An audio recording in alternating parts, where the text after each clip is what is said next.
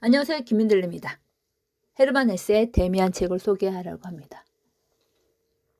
나의 운명을 어떻게 찾을 것인가 고민한 헤르만 헤세인데요. 민음사 145페이지 책입니다. 그 자신이 성숙한 괴짜였던 피스토리우스는 내게 용기와 스스로에 대한 존경을 간직하는 법을 가르쳤다. 이 부분이 저는 참 인상적이었어요. 데미안이 자아에 관한 깊이 파고드는 책이 바로 데미안이거든요. 청소년 시기의 불안과 방황, 자아, 정체성에 대한 고민을 하면서 성장해가는 책인데요. 그 중에서도 저는 이 부분이 와닿았습니다. 스스로에 대한 존경을 간직하는 법을 가르쳐준 피스토리우스가 생각날 수밖에 없겠죠. 스스로에 대해서 존경을 하시나요? 왜 스스로에 대한 용기와 존경을 간직하는 방법이 필요할까요? 사실 잘하는 것도 없고 특별한 성과도 없는데 왜 자신을 존경을 해야 될까요? 이인도 아닌데요. 그 대답을 저는 니체의 말에서 찾았습니다. 니체의 말이라는 책이 있는데요. 거기에 이런 내용이 나오거든요. 자신을 대단치 않은 인간이라 폄하해서는 안 된다. 그 같은 생각은 자신의 행동과 사고를 올가매려 들기 때문이다. 오히려 맨 먼저 자신을 존경하는 것부터 시작하라.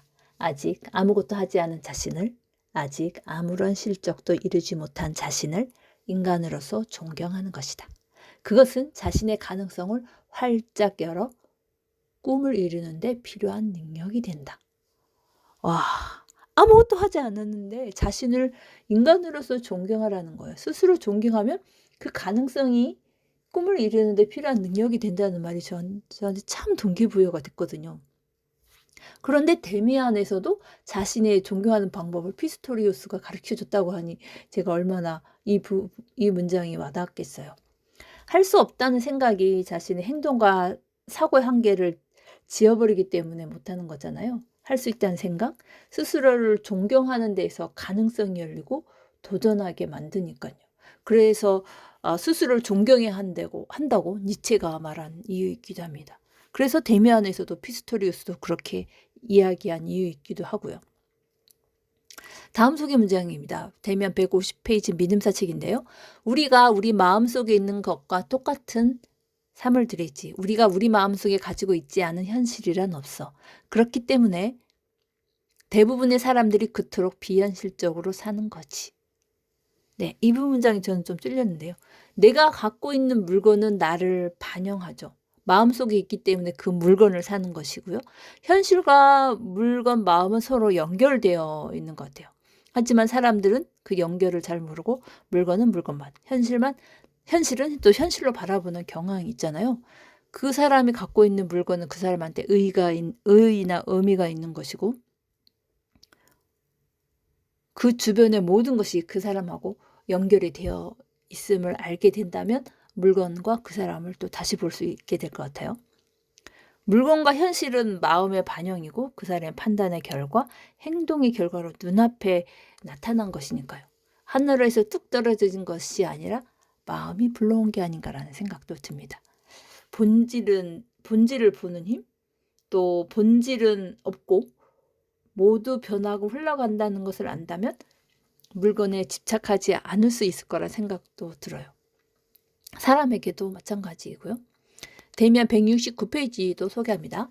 나는 시를 짓기 위해 설교하기 위해 그림을 그리기 위해 존재하는 것은 아니었다. 또 다른 인간이 되라고 존재하는 것이 아니었다.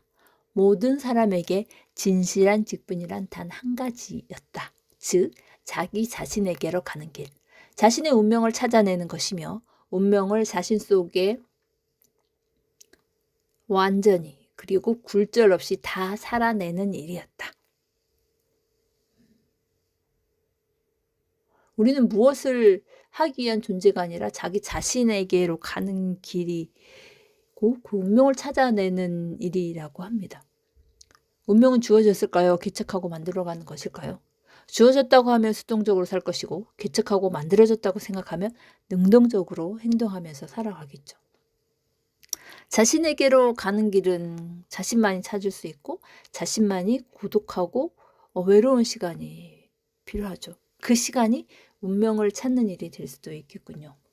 찾아가는 과정이 삶이며 운명이니까요. 어떤 정답도 없는데 찾다 보면 자신에게 이르는 길, 그리고 운명이 만들어지고 삶이 만들어지지 않을까요? 나는 어떤 운명을 찾고 있을까요? 나는 어떤 운명을 살다 가고 싶을까요? 어떻게 살다가 어떻게 죽을 것에 대한 고민이 책을 읽을 때마다 질문이 주어지곤 하거든요.